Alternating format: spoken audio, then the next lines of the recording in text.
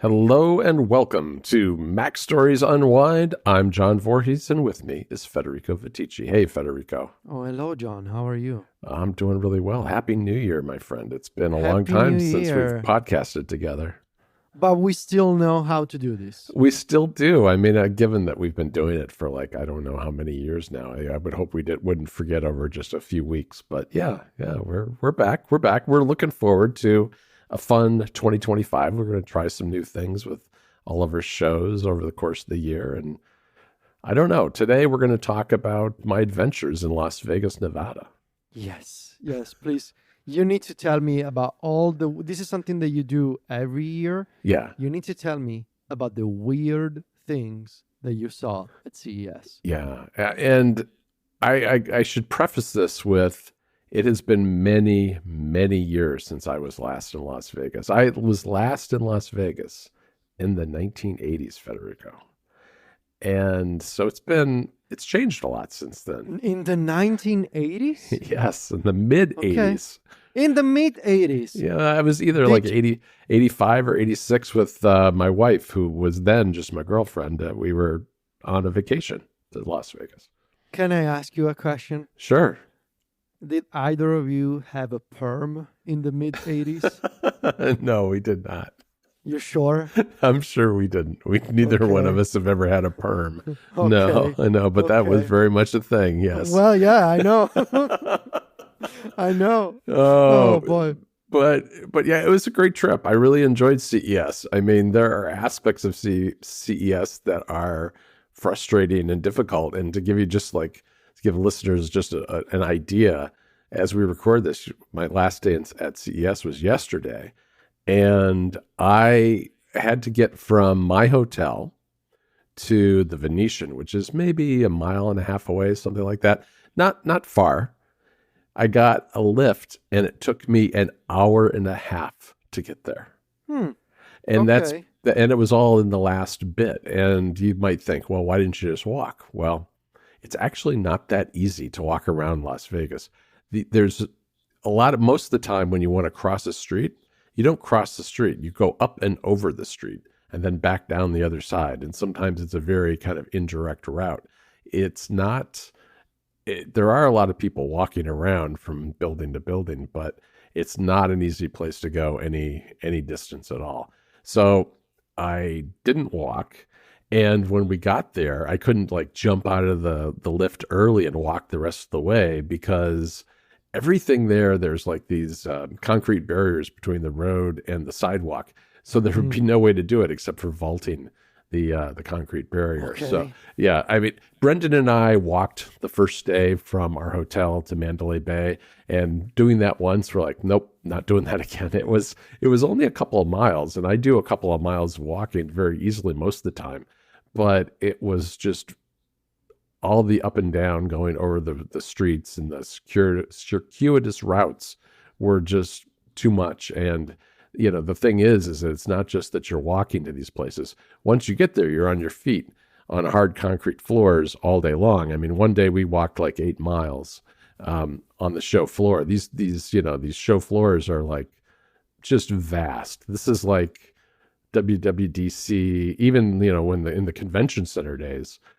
That version of WWDC times, I don't know, 10, 20, 30. I mean, it's just much, much, much bigger. But it was a great trip, and we saw a lot of cool stuff, and we'll be talking about that more on NPC, Next Portable Console, because a lot of what we were there to see was gaming related, and you and I are going to talk about some of this a little bit in the App Stories Plus pre-show segment too for next week. But I wanted to tell you about some of the really strange stuff I saw. Yes. I guess I'll start with robots, because I saw some really strange robots. There's this company. You remember the company, the Nib Nib company that had the little animal? I do remember the Nib Nib. Okay. Everybody loves the Nib Nib. The Nib Nib is this little stuffed animal that you put your finger in its mouth, and it would gnaw on your fingertips. And that was strange enough. But a couple of years later, the same company came back with a headless cat pillow that if you stroked the cat pillow, the tail would wag. But it didn't, for whatever reason, they decided, doesn't need a head, just needs a body and a tail. It didn't have any legs either. This year, they came back with this little fuzzy creature that's designed to be clipped to like a purse. Okay. And then when you get close to it, its eyes Nibs. No, it doesn't nib. No. No, it doesn't do any nib. It makes eye contact with you in a very creepy way. Oh no! Oh no! It kind of looks like a little furry monkey, but not really like a monkey. Is it like what was the name? There were these fuzzy creatures. Yeah. At some point in like the mid to late 90s. Do you know what I'm talking about? With the giant eyes. Yeah, it's a little like that. These are not like super giant eyes. Are you talking about the the gremlin things, or I know what you're talking about. What were those things called? Furbies. Furbies. Is it like a Furby? No, it's not like a Furby. Oh, okay, it's not like a Furby. No, but yeah, there's. I think I have a picture of it in the. Do you know? By the way, how? Do you want to know how I googled this? Yeah. And I found it. I googled. I googled hairy 90s toy. Who said Google's dead? Come on, look at that. It's got your back. No, that's good. It's not like a Furby. But I did see something that was a little closer to a Furby, which was more like it was again a furry creature that was kind of like really just this round creature that had huge eyes that would track around and stare at you. All these things are a little bit odd. But that, you see those kind of things every single year. What I saw this year that was unique was I saw pod people, Federico. I saw pod people. So who are the pod people? Are they like podcast people? No, they're people in pods. And pods, like what kind of pods? What do they do in pods? So there were a couple of different products here that I saw. One was a massage chair. Now, you might have seen some kind of reclining chair or desk type chair that has some sort of massage feature in it. Sure, that's been around for a long time. Pretty common thing. Sure. Yeah, you go to the mall. Yeah, right. Exactly. Put a quarter in there.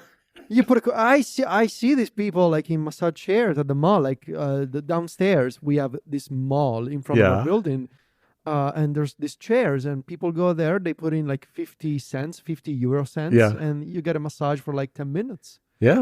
Well, this is different than that because these you literally sink into them. They not only they're not just like a regular chair. Your whole body sinks into it. So from your hands all the way up, to the tips of your toes, you kind of sink in, and it wraps around your arms and legs, and even your head and then your torso, so that you can barely even see the person in it. It's like this chair swallows you. And I thought it would be claustrophobic, but a lot of people were enjoying this. They were sitting in these chairs and having them kind of wrap around their arms and legs and getting a massage. So fascinating.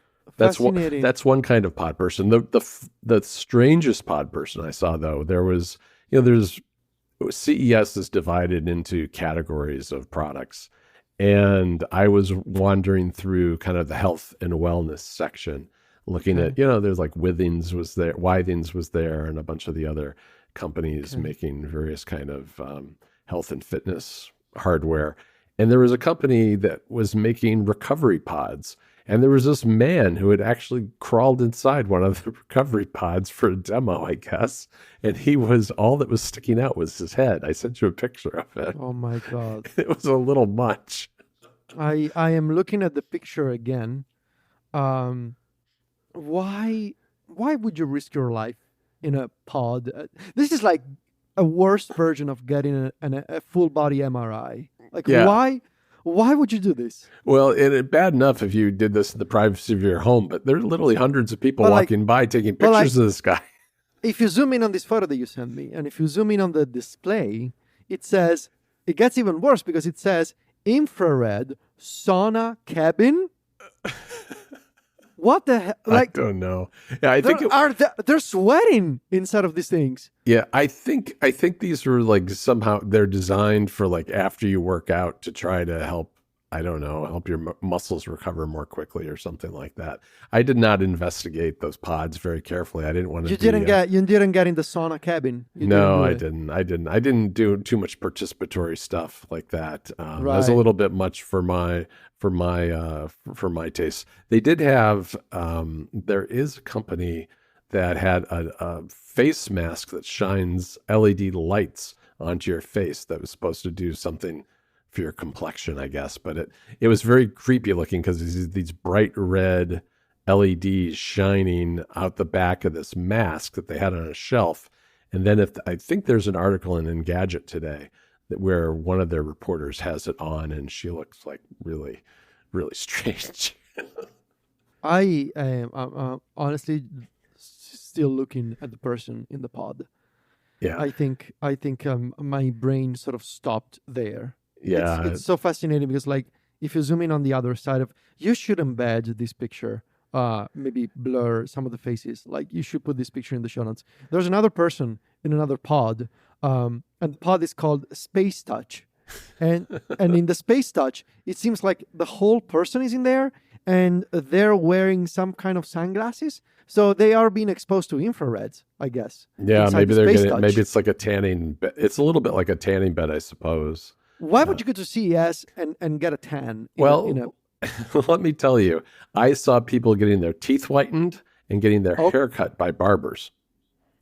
At CES? At CES, because there was a booth where they had some sort of teeth whitening technology.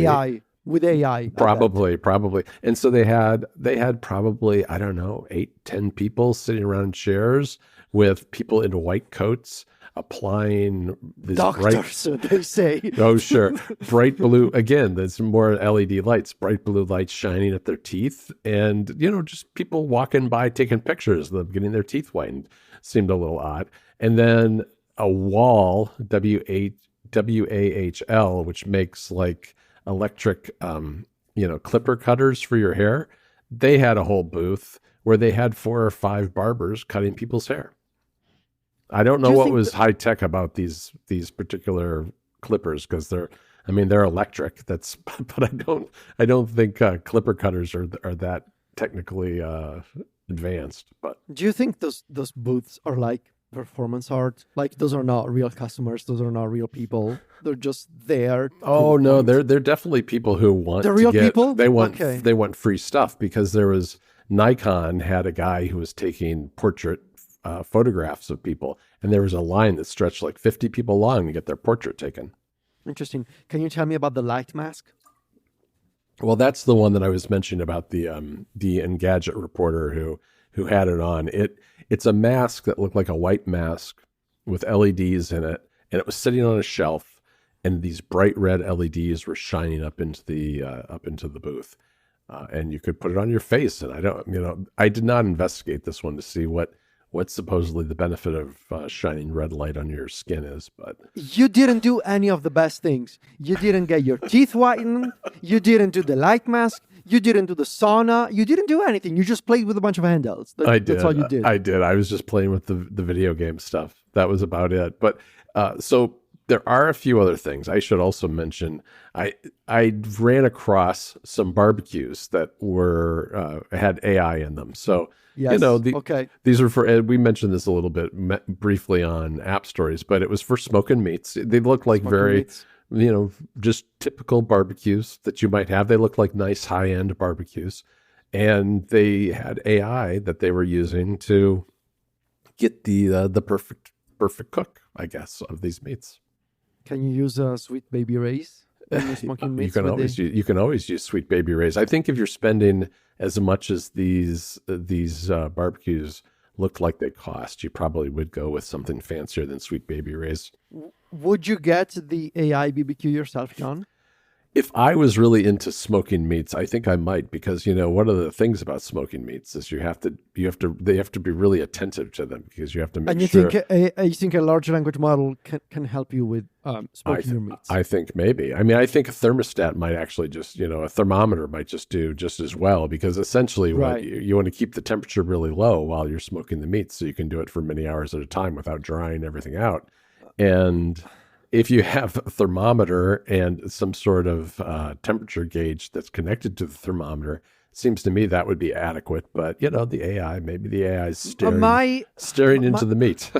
My question would be, how do you train a meat-smoking large language model? That's a good question. What's the data set? What's the pre-training process? How do you exactly do it? You should have interviewed this company, John. I know. I am disappointed that you didn't get a quote from the AI BBQ folks. Yeah. It's there's only so much time in the day, Federico. Weird CES is one of those things you walk by really quickly and snap a quick photo of. They had holograms too. Wait, I didn't see this.